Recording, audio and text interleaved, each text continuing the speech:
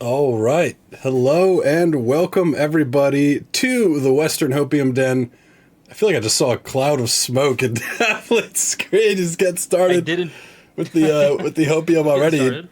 Yes, As you can sir. see, we have matching hats because we have to be in some sort of solidarity for our NA and EU brothers with the struggles so far here in Swiss stage. Yeah.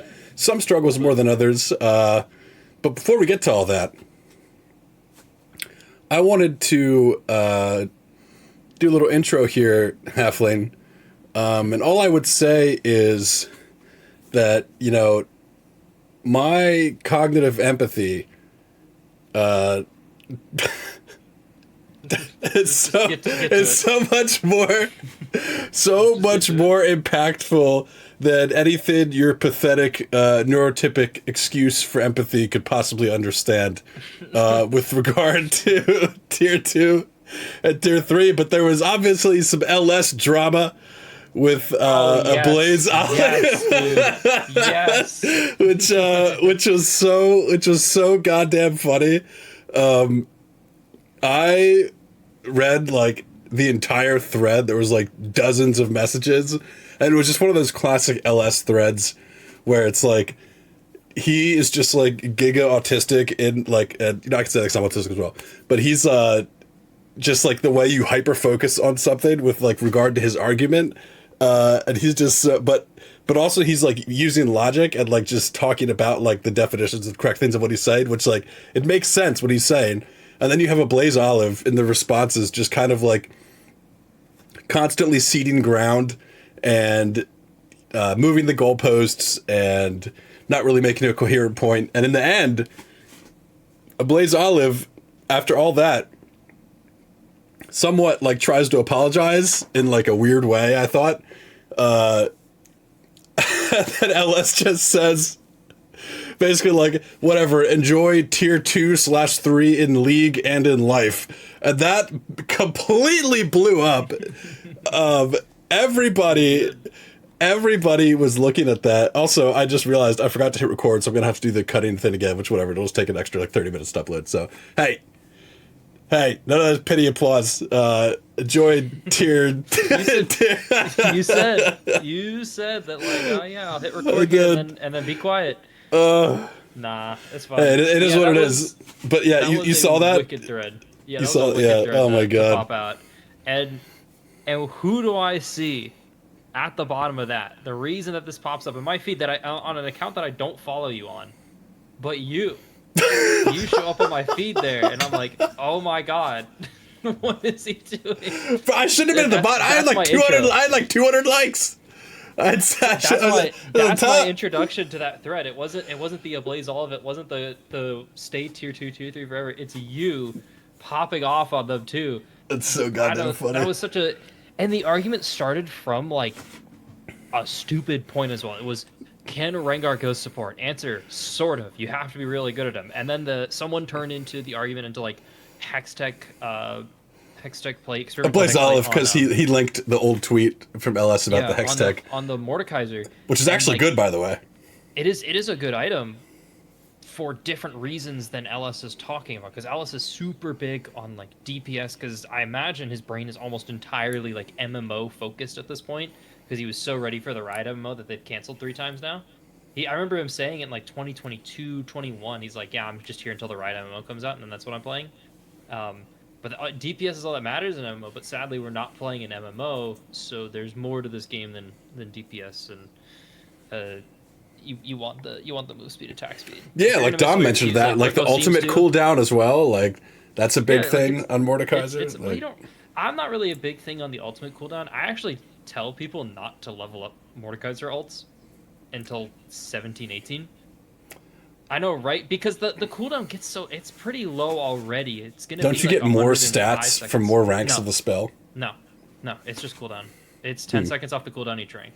So it's like, it's not at 16. I would much rather have all 3 of my basic abilities maxed out, because I get 2% extra shield and heal power on my W. I get the magic pen earlier on my E. Q's already gonna be maxed out, so not really that big of a deal to level up the W, or the alts. But if you do, you do. I think let me make sure I don't just bring this up out of order. You got some other shitty icebreaker before we any more flaming of me for not watching Lord of the Rings forever? I mean, that will always be. I mean, you've seen it now, so I have, you know, we have to retire that one soon, but it shall live on in memory for a brief time longer. It can. I mean, the tier 2/3 in League and Life is so funny. Because I could see, like, the argument for, like, well, he was actually just telling him he was tier 2 and 3 in League. Because if you're tier 2/3 in League in NA ecosystem, you are tier 2/3 in Life. So those are kind of the same thing. But the other kind of thing that popped off with LS, at least, you know, because I guess we're just an LS themed intro today, was the Talia Sivir is low damage. Did you see that one? Where it was the VKS versus PSG, and he was saying that Talia. By the way, Talia and Sivir are low damage. Like, those are low DPS champions. Sivir is a wave clear AD carry, and Talia has a burst combo where she needs to hit all 3 abilities to deal any damage. Like, if you compare like these champions to their cohort, which, like, Talia's cohort would be like Cassiopeia, Syndra, Azir, like these they do so much more damage than Talia. And for Sivir, kind of other late game AD carries are like Jinx, Zeri, Yunara, who do way more damage than Sivir. So I thought the points actually cracked. And then people, all they were doing was just linking the damage chart at the end of the game, like, but look, the champions did the damages. And it's like, I mean, yes, but like, that doesn't mean that just because you win the game doesn't mean that what you did was correct. Like, we saw that today in multiple series, actually just in one series. That was VKS PSG talent, right? Yes, yep, and PSG just completely sprinted it. Like, the reason that they lost the game because they're fucking bad. Like, VKS well, they also fucked up their draft. They fucked up their draft too, because I mean, PSG is just not good. But VKS is also like not good, and that draft really isn't that good. Because what were the other champions? Was like what, Scion, Nautilus or something, and so VKS in that game got Scion and Xin Zhao, I think. Atalia, no damage, Sivir, no Alistar damage. Into Mbessa, Wukong, Ryze, Corki, and Rakan. And like, yes, this comp on paper has no damage. That's where I agree with LS. But at the same time, Sivir and Talia are enabled by dive champions. Their damage gets enabled. They have to get that enabled. Usually with Sivir, you either have to be playing against a super tank like Scion or Ornn. I mean, kind of. But usually it's like a dive champion, like in that sense, is like a Vi. Or like a Nautilus, where it's like a point click, and you know exactly where the point of CC is occurring, so it makes the pushback from Talia really easy to land. Like, that's what makes Talia like really, really good. Like when Talia Pantheon was a thing. There's enough there because Clone and. But Mbessa is enemy team top. Mbessa's enemy team top. Yeah. You're playing Sivir Talia into dive. Right. That's what you're supposed to do. It's just like it's enabled by playing into dive. I mean, sure. Like, Talia has use cases against those champions because of the dash, but like the point still stands that like the comp is like those champions are low damage. Like, I watched Talia in these pro games at level 18 with 4 fucking items, and it looks like she's like tickling them. Like, there's just no damage. It's like it's pathetic. But you know what? The champion's not supposed to be like a high like DPS mage. Your carry comes from CC and stopping the enemy team from playing the video game. You pick it for its utility, and like obviously like these kind of champions deal no damage because they have an ultimate ability that literally deals 0 damage. It's like you're always gonna be less. You're always gonna be less damaged than other champions if that's the case. But I just thought that was hilarious. LS just couldn't catch a break this week. No, someone said, "Man, just get a university job." I saw that his reply was fucking, I've actually been offered university. It's like, oh my fucking god, like, of course, just say yes. Of course, it's like I've considered it and I have had offers, but it's fucking god damn it.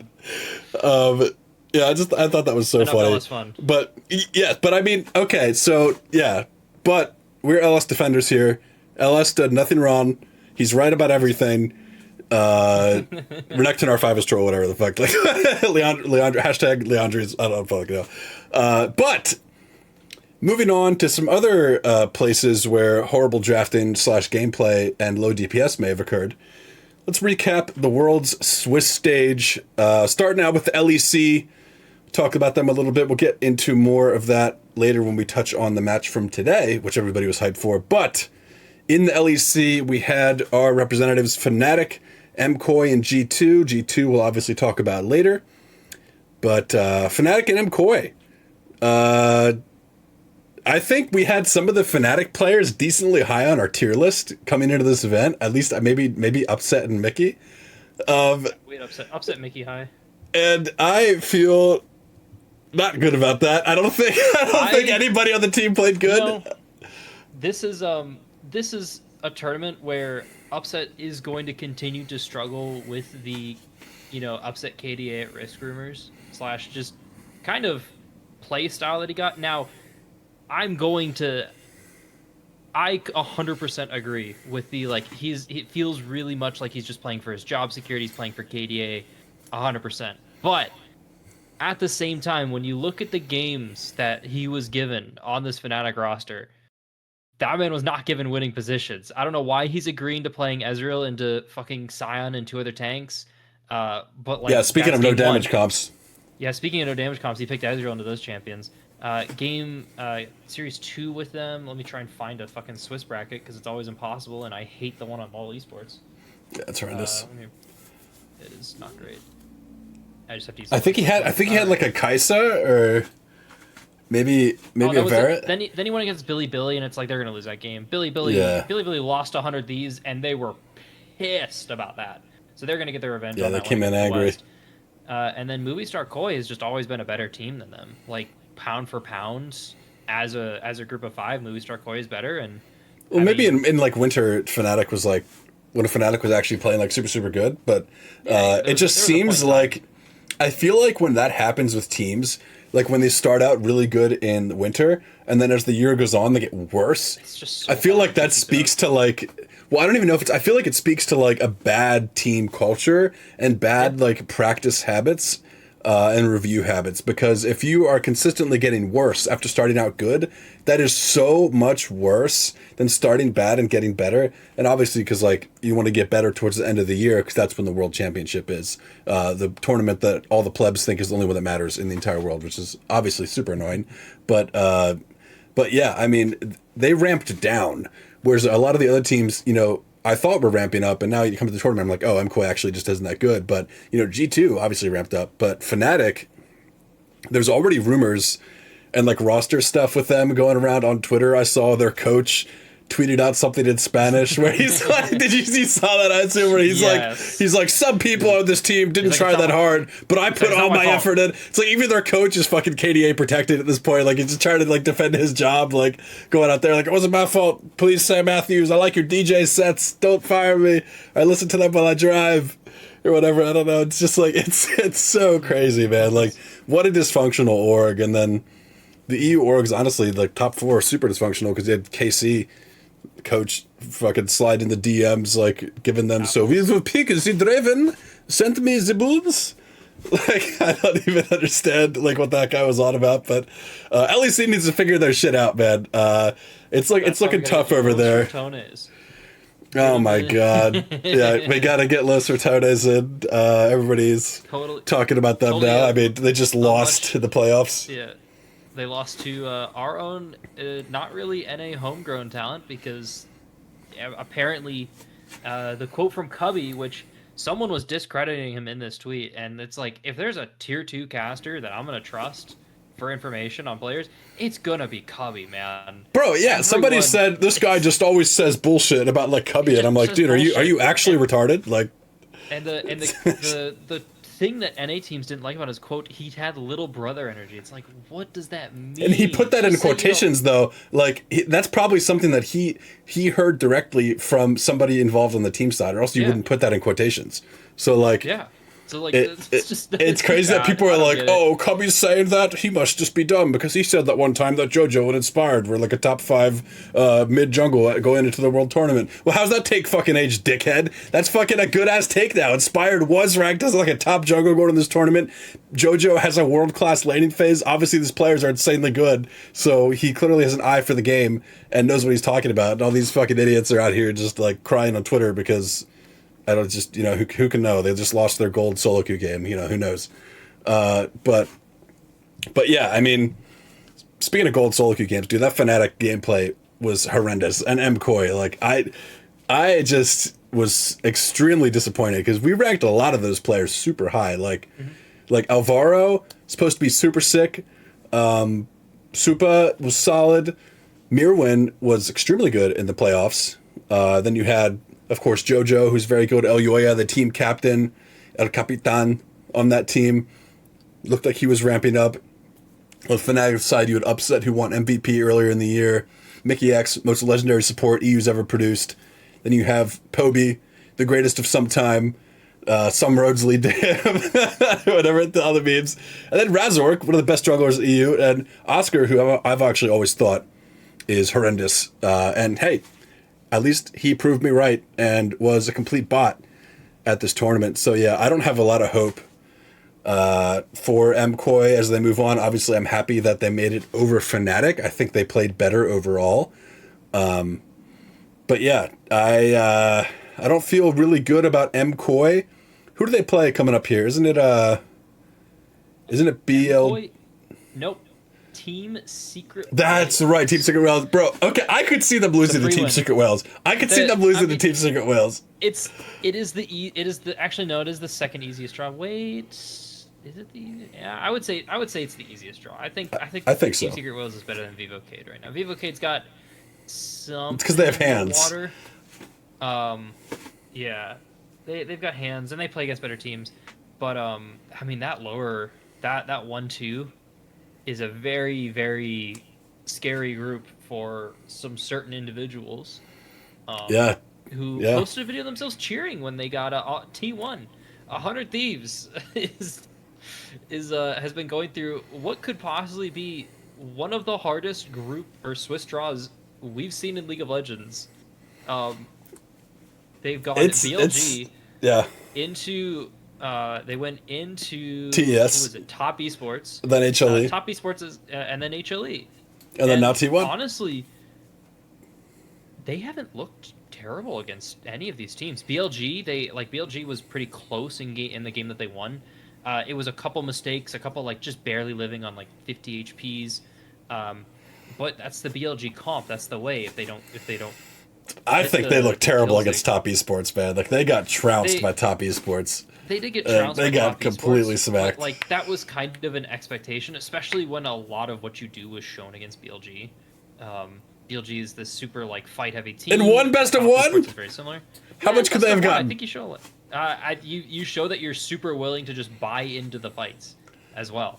I don't even think BLG scouted them because they banned Poppy. No, BLG didn't scout. Top Esports 100% did a little bit of scouting off that best of one. They took it and ran with it. And the Hanwha series, I think the Hanwha series because we're still doing fucking best of ones. Not anymore, thankfully. We're done with those for now. Yeah, not anymore. We're done with them. But it was a little closer, a little better scouting also from Hanwha, but it's still it was just Hanwha Life is the better team. They're gonna win this regardless. But it's hey, they're punching pretty well. I wish there was a little bit more, and I don't think that little more would be enough to beat Hanwha. But coming into T1, we'll get to T1. We'll get to T1 towards the end of the show. We'll talk about today's matches. Yeah, we're going to talk about tomorrow's matches at the end. But I agree with you on 100 Thieves. Just a generational run of difficult draw opponents, and then you look at teams like FlyQuest and their draw.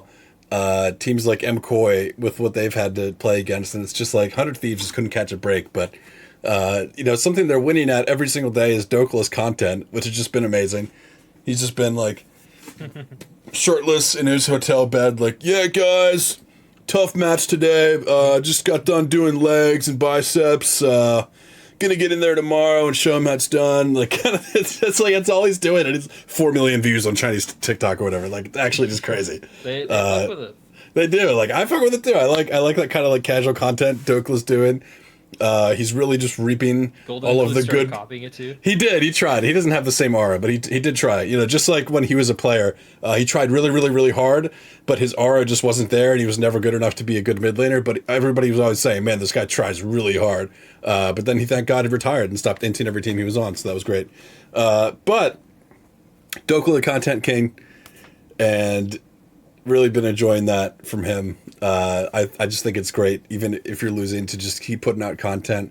Haven't really seen a lot of the other players at Worlds from NA doing that, so I think it's cool that Dokle is at least doing that, trying to connect with the fans at the best time, because you're going to have the highest visibility around this time. There's more people tuned into the LOL ecosystem, as it were, watching content and looking for stuff about the players to connect. So good on him. And yeah, I mean, we could touch on maybe VKS and CFO a little bit before we get to today's match, or do you not have much to say on those guys? VKS and Secret, right? And CFO. I'm not even going to talk about Secret. Okay, that's fine. CFO is, I mean, they've been having difficult draws, but they're supposed to be a really good team. The series against Anyone Legends was pretty good, but AL just in the end was able to outmuscle CFO. The big thing I've been looking for is top lane. Their dual top lane threat is just not cutting it. Neither of them are good enough, I think, and that's costing them a lot of space in these games more than anything else. You have these top laners that neither of them are quite at the level to be carry players in a world setting. And so then at that point, they need to be really good space creators. Think of like Flandre. Flandre, while playing against shit teams, is going to just bust out, you know, the hard carries and win because he's better than them. But when they're playing against harder matchups, Flandre is going to be playing that Scion, and by God, is he fucking good at creating space on that champion. And Driver isn't that at all. Like, it's not fucking close at all. Driver's pretty good. I think he's a good tank player. He's doing it, but it's just not the level that they need. Doggo's also been taking a lot of risks, and he just looks cracked though. Paid off. Yeah.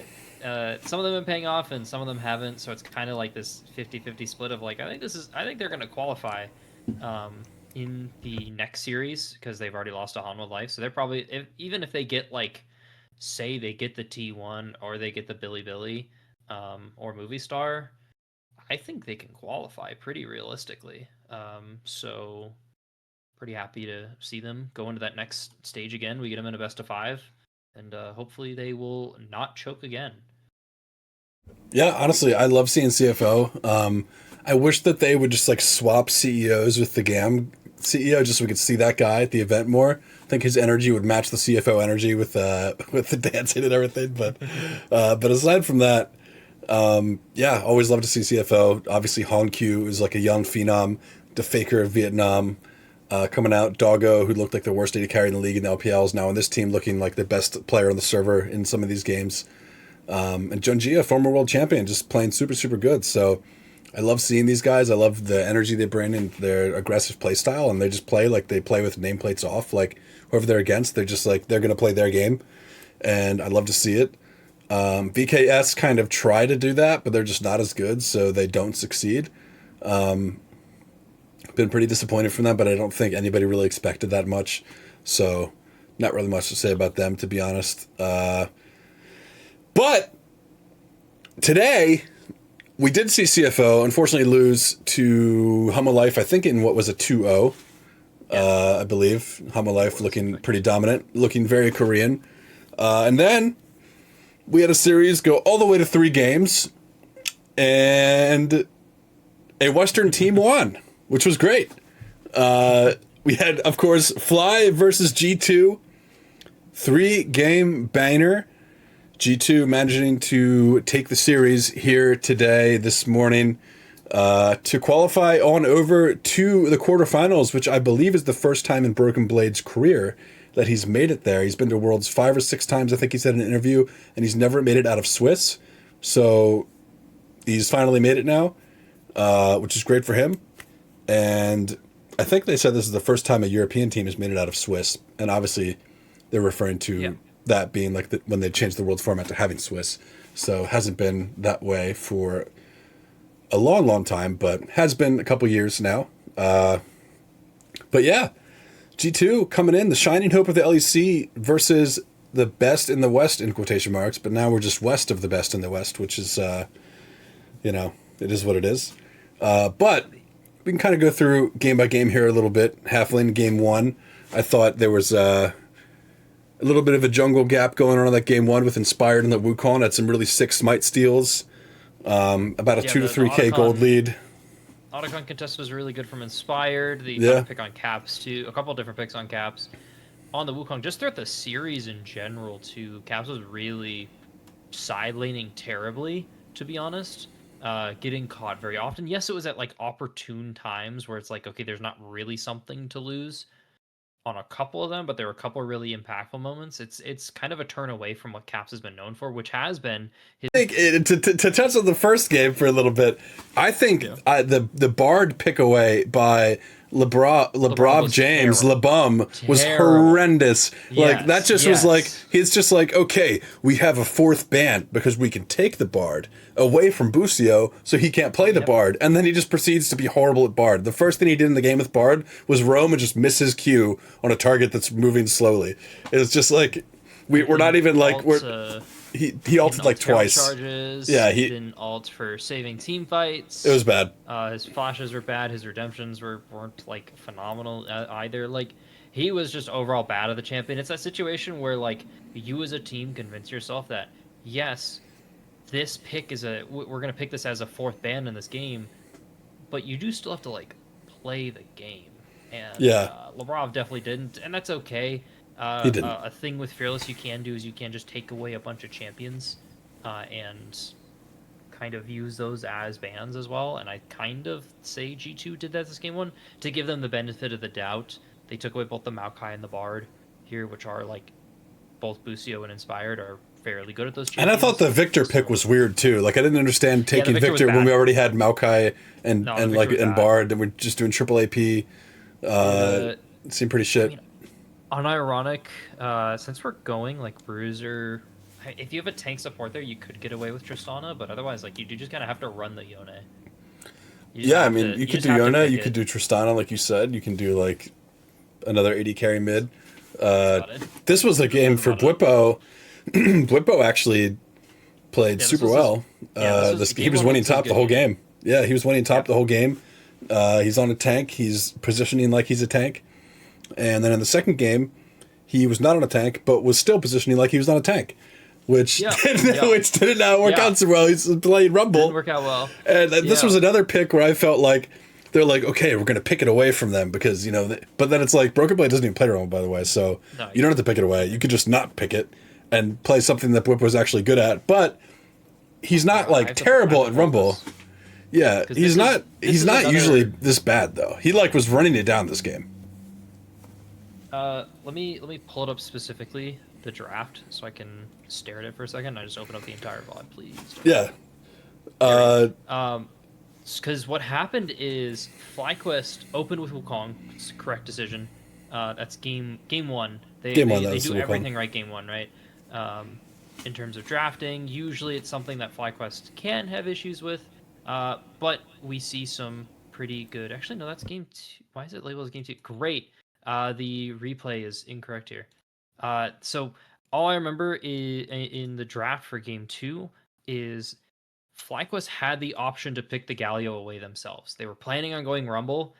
I think they were even showing Aurora already. G2 was. So you can just run the Galio mid. You can just run Rumble Galio with Xin.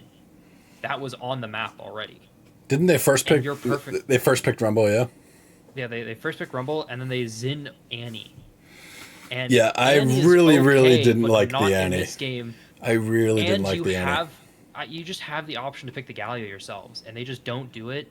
And I think this is such a big ego thing that players and teams will do. A lot of Rumbles would do this. The Eastern Rumbles don't get punished at this too much, but the Western ones really have been, of not taking away this Galio. and it's super important. Yes, you're gonna go even, and Galio can't kill you in the lane, but who gives a shit about lane? His teammates don't take damage from you for like 8 seconds in a team fight. How useless are you now because of Galio ult? Well, Not to his be fair, stun. he made sure that they wouldn't be taking damage from him at all in the team Anyway, fight because he just yes. he managed to Yeah, die he at the just start of the fight before it even sprinted. happened and just He missed all his sprinted Rumble down. ultimates. But this is like a Quad takeaway because Quad also played the Annie like shit. He did not look good on the Annie. He's never been good on Annie though. Like I don't. So like a lot of people were quick to be like, oh, it was their draft that was which is like maybe there could have been picks that were slightly better in the draft, but like. That draft was still winnable, and you saw them still winning fights in the game and getting like objectives and stuff, and like still having good positions. They just literally ran it down. Like there's a difference between they picked these champions and lost the game by playing bad, and they picked these champions and lost even though they were playing good because the champions weren't good at enemy comp. Like they still could have won this game with the draft they had.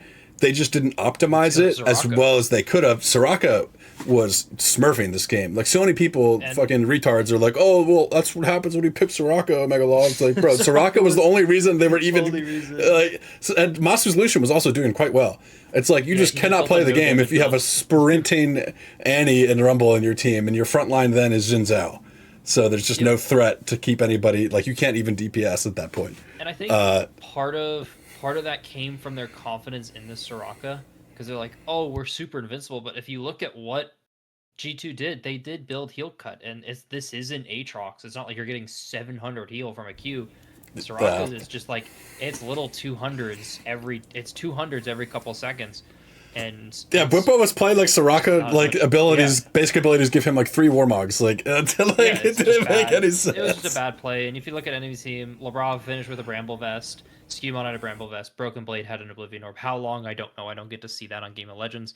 But they had it, and that means at least one of them bought it. They just had enough burst damage also to kind of overcome the Soraka. It only came down to about like 25 minutes, 26 minutes in. There was a fight where it's like they all met. I think it was actually 23 minutes where they like all met in mid lane, and everyone hit each other for a good like 15 seconds. No one died, and they just walked away.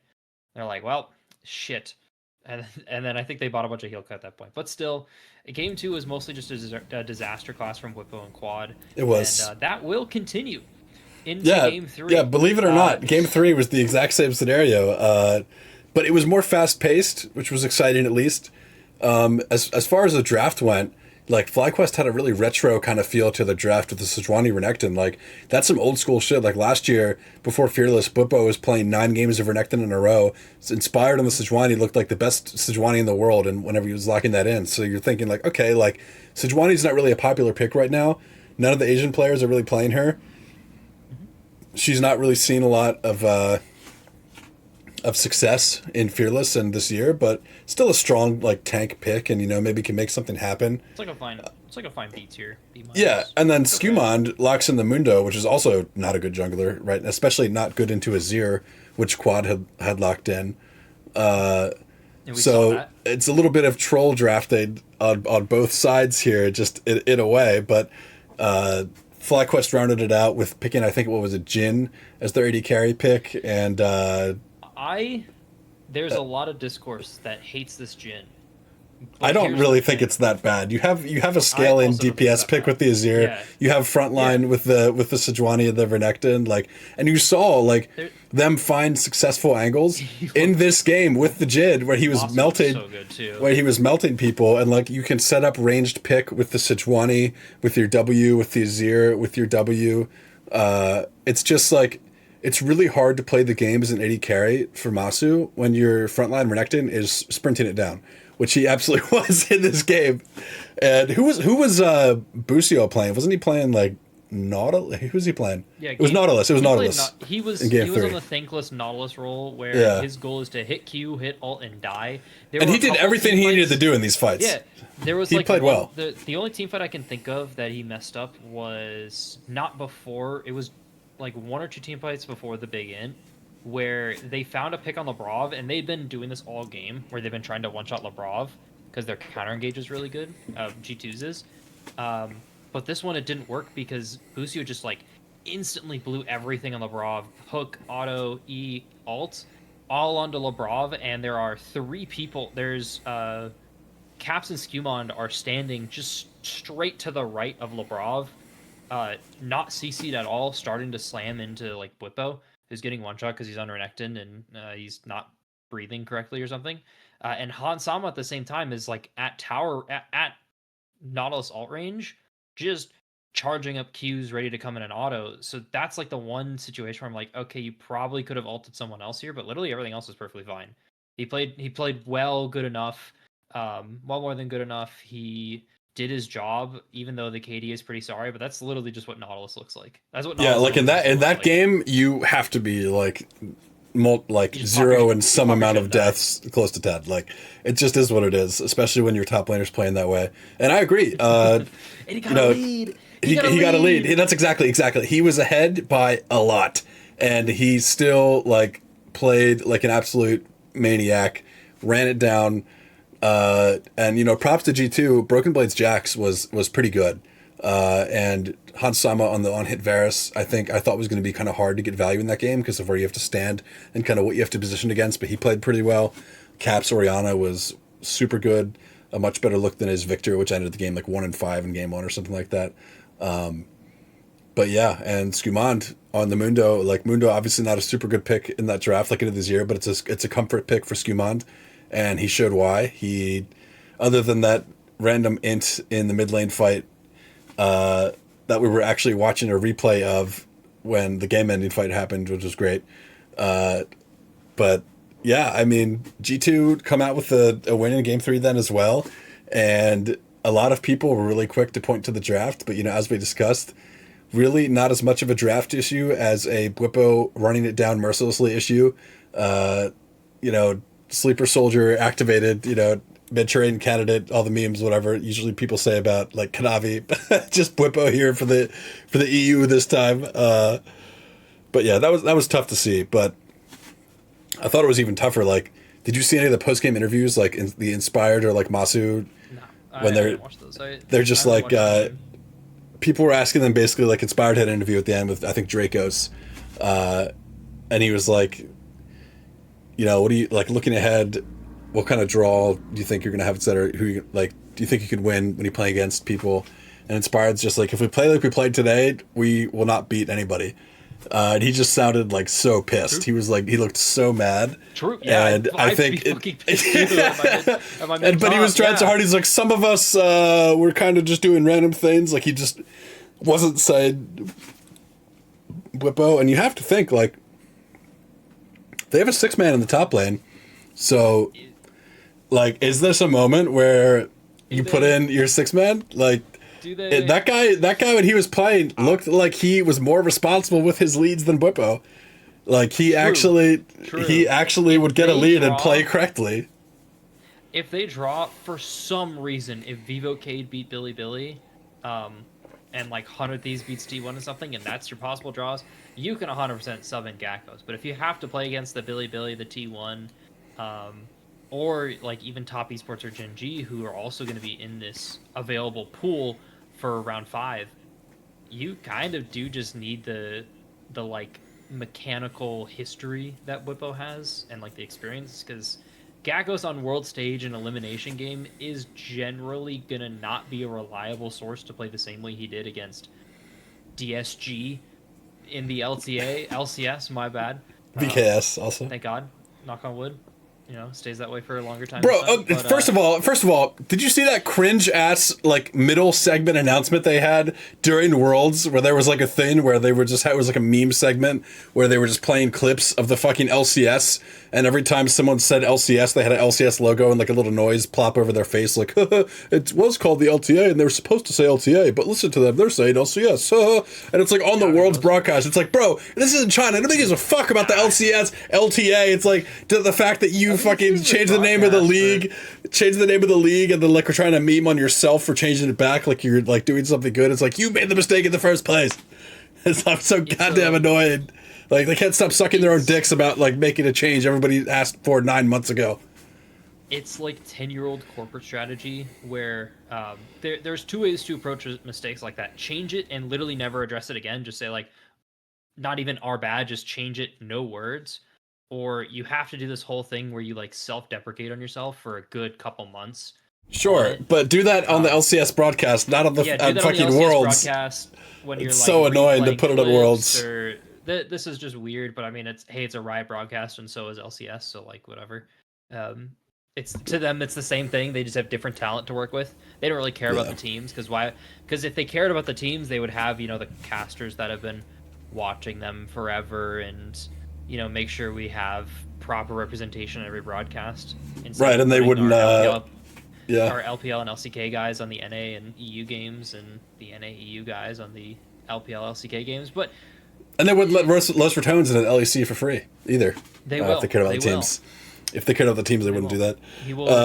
Kadril will bring in 5,000 viewers. Inshallah, that shall fix our numbers. Inshallah, viewers certainly equal money when they spend $0 on the esports. Definitely. I mean, the LR the LR fans do spend money on LR, which will not bring to Riot. Yeah, But, viewership they're hasn't probably not equaled thinking about dollars in esports in years. But Yeah. Fly versus G2. Just to cap that off, in the end, G2 stuck to their creative kind of style that they were going with the whole year, and FlyQuest ended it on like the most FlyQuest note possible with Sejuani Renekton and Jhin.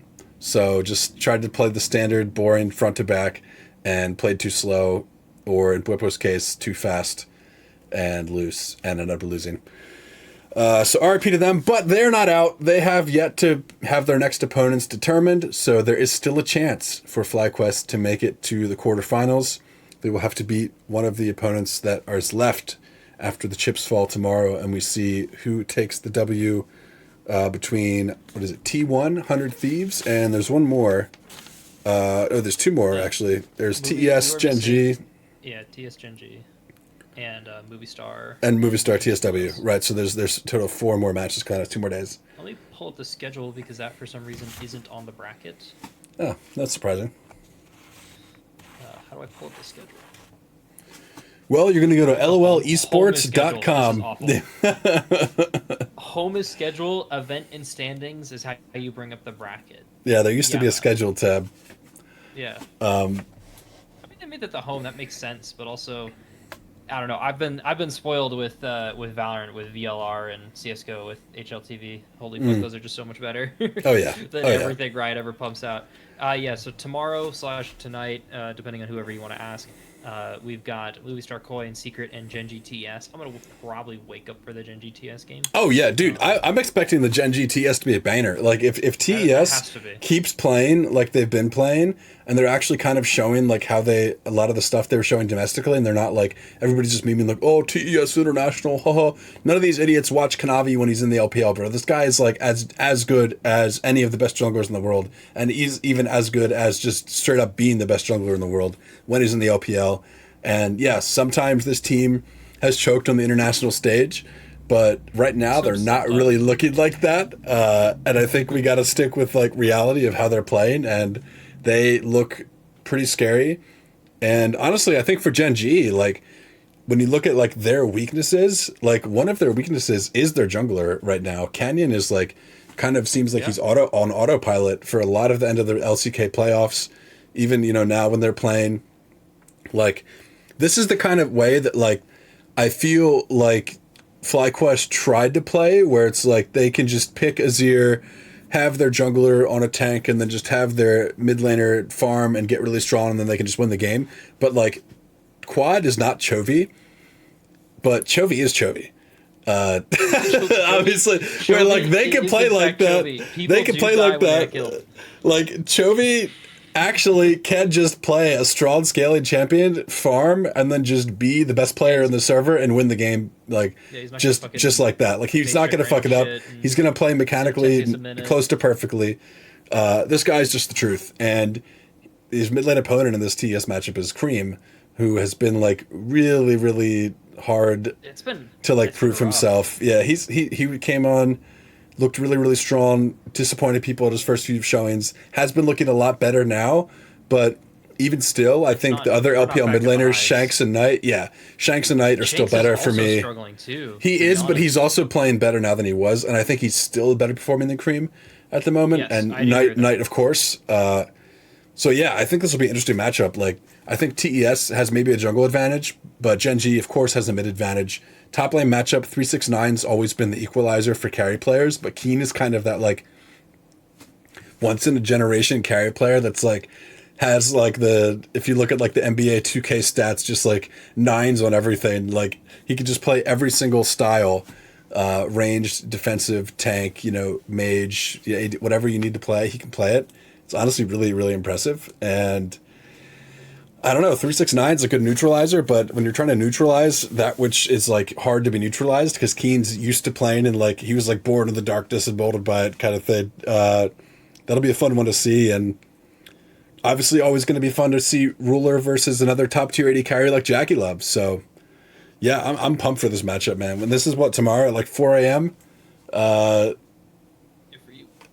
For me, like, what is it for you? Kind of 3 a.m. Struggle 3 a.m. I'm gonna skip that first series, and I'm just gonna wake up at 6 for the Gen G game. That's gonna be super fun to watch. They lost to KT. TES is just Jackie Love versus the world. We have a non-LPL enjoyer over here. Beastin in the chat. TES is Kanavi tried his best to hold his team together. I gotta give flowers to KT.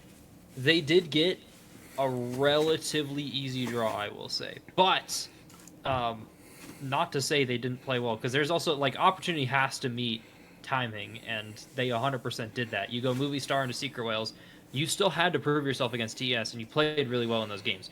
Yes, Peter looked kind of homeless, but, like, that's Peter, man. We're kind of here for that. Any support player with his IGN being a first name, Peter, Mark, perfect. Like Peter's someone else. Peter's KT support, yeah.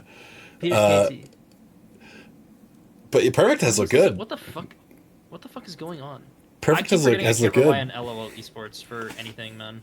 Well, yeah, that was your first mistake. But yeah, I mean, TES is definitely not Jackie Love versus the world. It's Kanavi versus will Jackie Love in this game or not, or will the Korean Secret Service agents that are sitting behind the stage at the Worlds event hit the switch that turns Kanavi into the Korean super soldier and causes him to int for his team. And if they don't hit that switch, there's a chance that TES can win against these Korean teams. But in all seriousness, TES Gen G going to be a banger. Real excited for that one.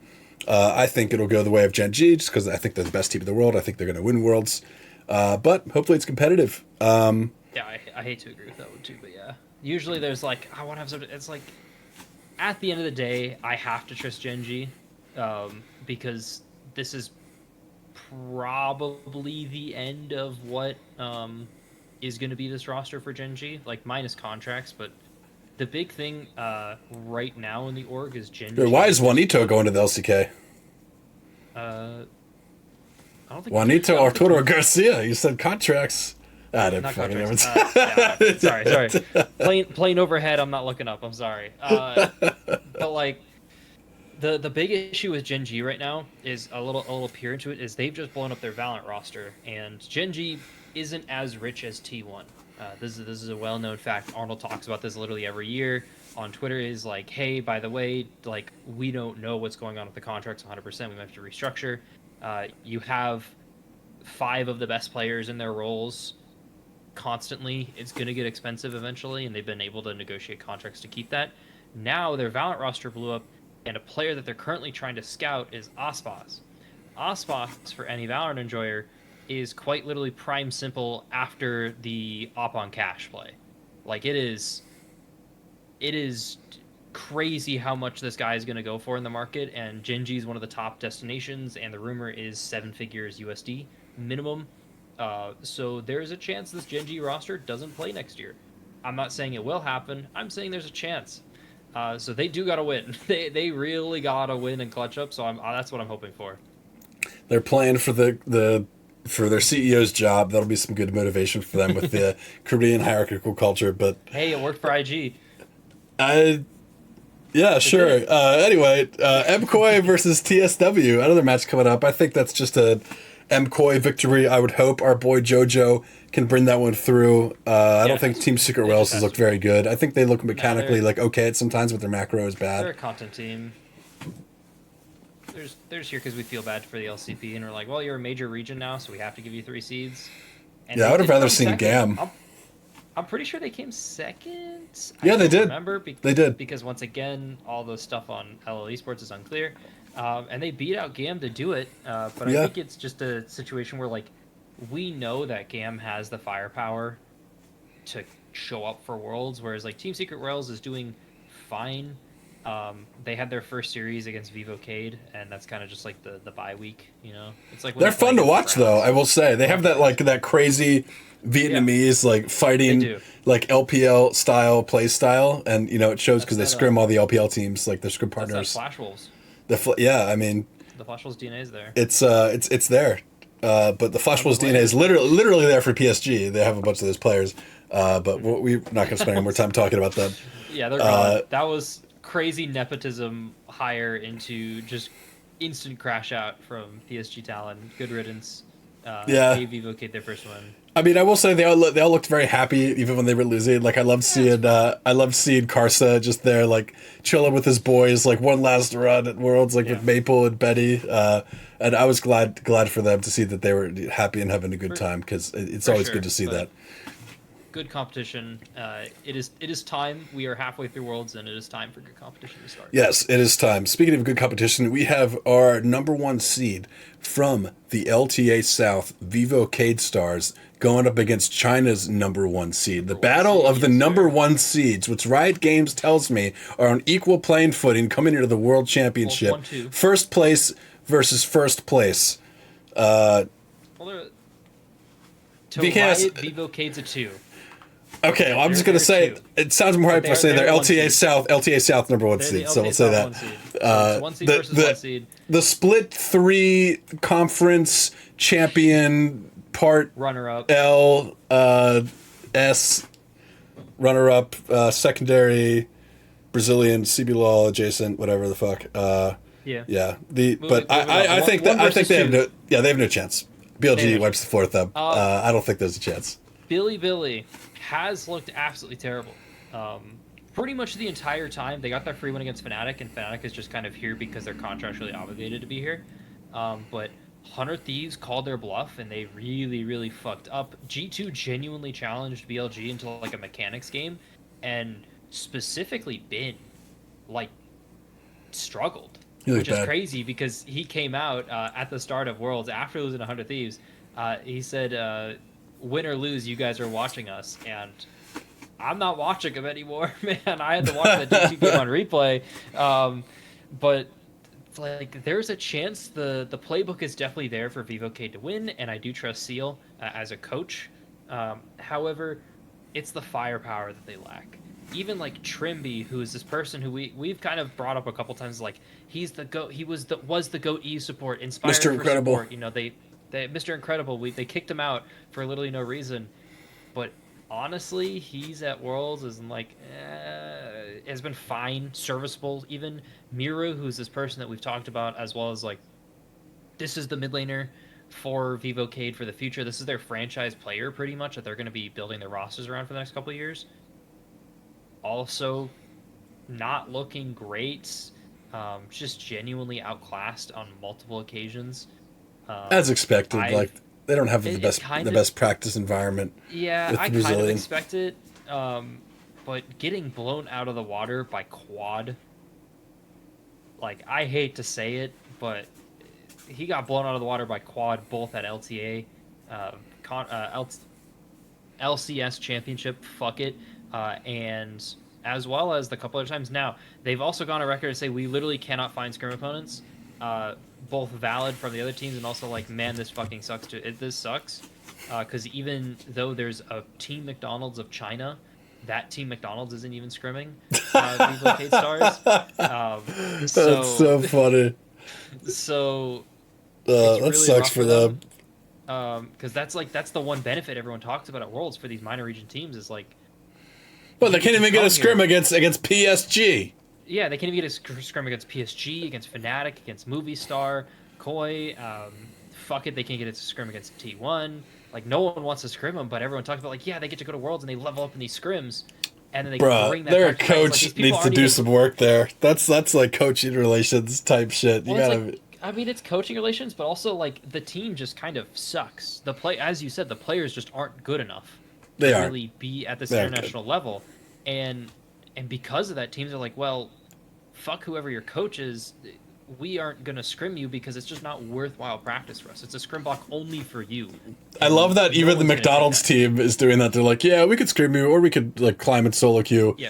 Or we can just keep playing. Or we can just keep playing against the other LPL teams, which is I'm pretty sure what they're doing. Yeah. It's like supposed to be this LPL super team. Well, honestly, it's probably like more so those players want to like like have results that other LPL players and coaches that's 100% see, so they can like try to find jobs next year. So that kind of makes sense for them. But yeah, for BLG versus VKS, BLG wins 100%. I'll be very surprised if VKS even takes a game. And the final matchup, Halfling, the long-awaited 100 Thieves versus T1. I saw a post where someone said 100 Thieves has 100 Ts and T1 only has one. So obviously 100 Thieves can win. And I think that's very sound logic. And I think I you cannot argue with facts and logic. My cognitive empathy absolutely swear I can't. You can't do it. Finish the That one's beaten. The bush is empty. 100 Thieves against T1 is genuinely the most exciting. Aside from Gen G Top Esports, is the most exciting series that we have out of the Swiss stage. It's best of 3, thankfully, which kind of plays against 100 Thieves a little bit. But it also, in terms of these players, generally don't have the champion pools to match up to most other teams. But on 100 Thieves or T1? 100 Thieves, but T1. I said T1 don't either. This timer, T1 don't either. Faker can't play Aurora, who's like the top red side mid laner right now to pick on 1-2. He can play Aurora. He's just not really good at Aurora. Did you see what he did on that last Aurora game where he ulted and walked back into it to kill himself like twice? He was Bwippoing. He was a Bwippoing. He was Bwippoing 100%. Like he can't really play that. You do have to permaban Azir against him, which is like it's fakery. You kind of have to do that. Really, the only player on this team that I think has the champion pool to stretch is Owner, and this hurts. Yeah, for sure. It kind of hurts me to say this because the last 2 years I have gone into Worlds and been like, this guy is shit. He is not very good, and this time around, holy shit, he's not doing great at Worlds. He's still the best looking player on the team. He's the only reason they're even at Worlds. Like, this guy was completely dragging them across the finish line at LCK. He's the only reason they're here. He's the only reason they have a win, to be honest. And that win came in the form against FlyQuest, which should be free because you're defending world champions. I'm sorry for the Riot 4 seed versus 1st seed draw, but like, they're world champions. They gotta do it. 5-time world champions, my bad. 3-time with his roster, minus Doran. Who cares about him? But like Guma cannot match up. I think FBI genuinely can go a little deeper. It's like 1 or 2 champions, and it's hard to say, but I think FBI can go deeper.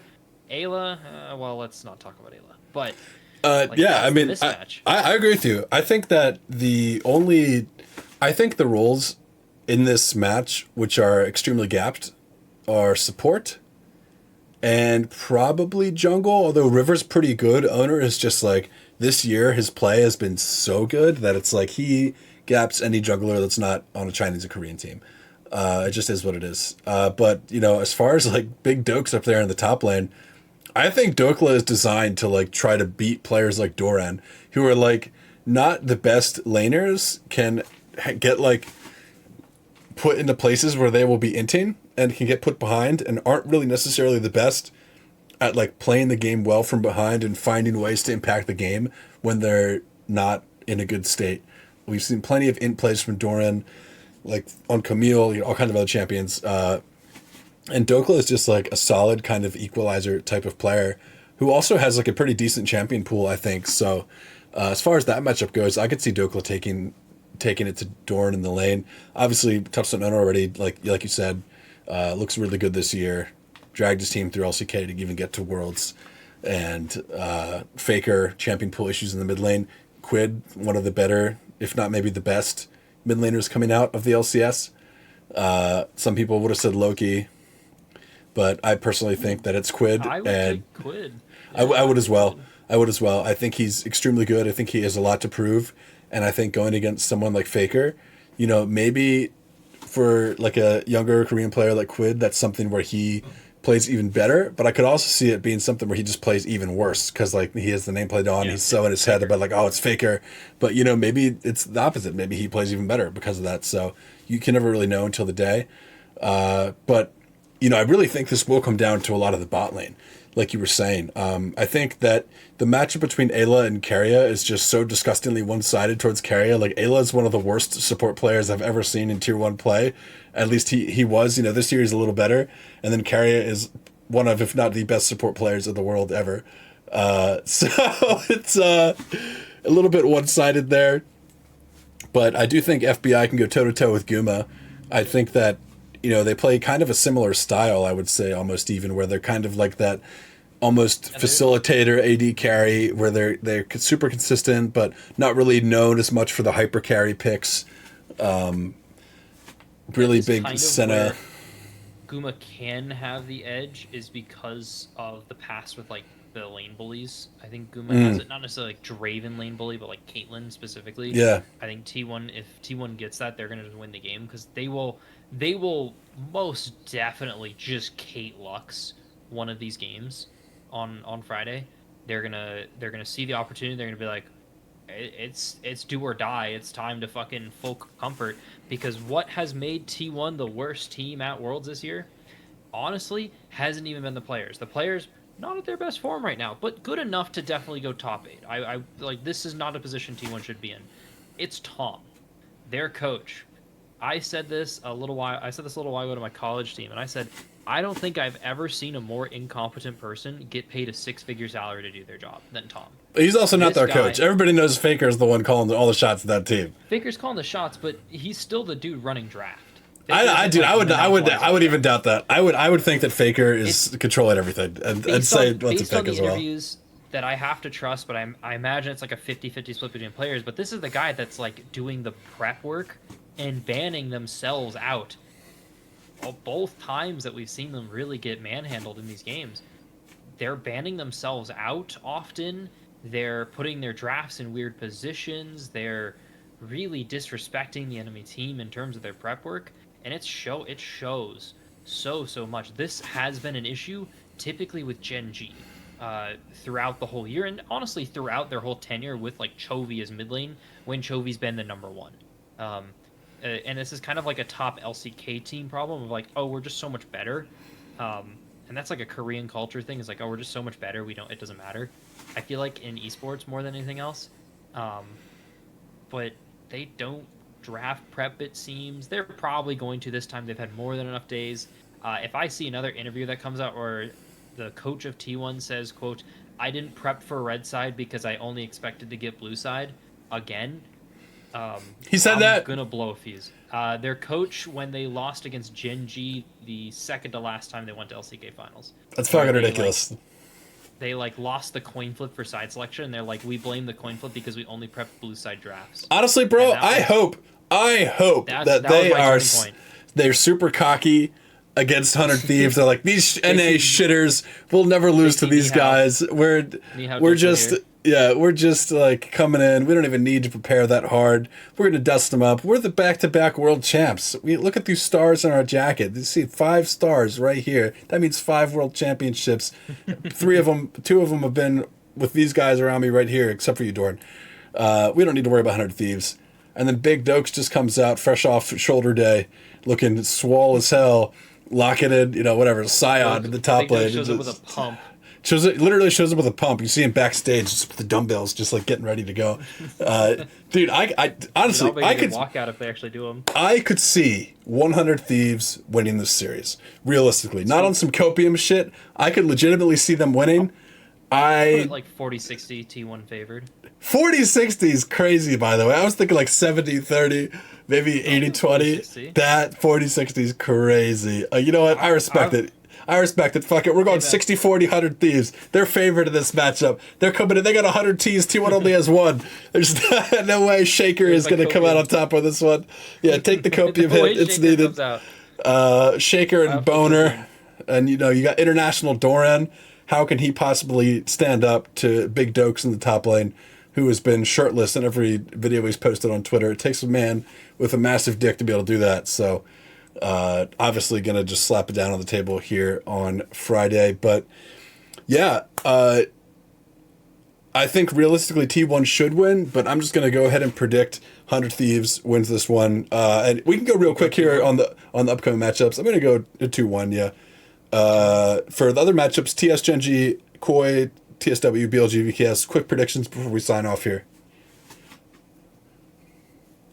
All right.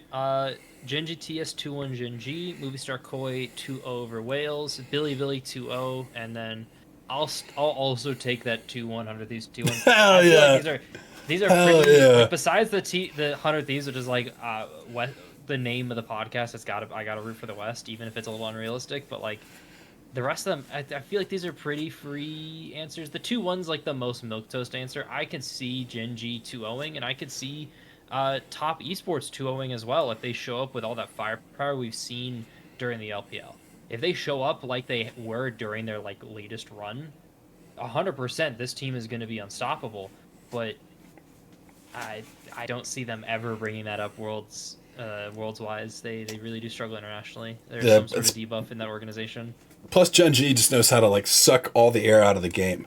Is an expression all the people use. Like they just completely like they put the game like in molasses and like they play it at their pace, snail's pace. Boring, they get all the gold. Yeah, they do. But like, fun, and then they turn it on a dime. The second they need to fight, they're like, I have now reached a position where I'm able to fight. My 3-item spike is, and then they just go in and they win the game because they're just mechanically better. So I'm gonna go Gen.G 2-0, MKOI TSW. I'm gonna go TSW 2-1. I think that they will beat MKOI EU frauds. BLG VKS, BLG 2-0, and then Gen.G, 100 Thieves rather versus T1. We'll go with the 100 Thieves 2-1 like we said. We got to have some copium here in the Western Hopium Den. But aside from these results, Halfling, just for 100 Thieves specifically, you think any of these players are going to go to any other teams in NA? I saw there was a rumor of C9 players going to EU.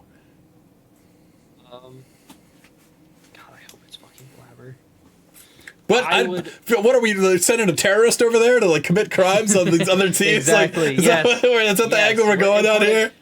We're exporting our NA ints. I mean, I would take Jesus. River Quid, but I know River's retiring because he has to do military service. But like River Quid to C9 would be awesome. Quid ideally though, I think is going to be the only one. TL I think that was locked up on a contract. TL did drop APA I think last week. Good, River Quid the TL. So yeah, well River's gone, so it's going to be. I mean, they're not gonna. His little brother's stream. Again, are they? I mean, UJ is not a bad player. I think he's actually a good player. He just is in a bad team environment. The problem is that I don't know how much longer Spawn is going to be with TL. Because if Spawn is still with TL, 100% UG and Quid I think is going to be a phenomenal mid-jungle duo eventually. But you need a coach like Spawn to develop Get ThinkHard. ThinkHard's going back to North America, he said. He said he has offers from North America. Could be a chance. That could be it. And if it's UG Quid on TL and it's ThinkHard instead of Spawn, I will take that. But I know Spawn's a family man, and I know he it's more important to him, and that's based as hell. Yeah, and Dom's going to C9 now. He's going to live in LA. He's going to live in LA. He's going to be the actual coach. That's pretty hype. Not stream like that's not stream as much, which is going to kind of suck for me because that's where I make sure that I'm not being too stupid with my opinions. Besides the Alvaro one.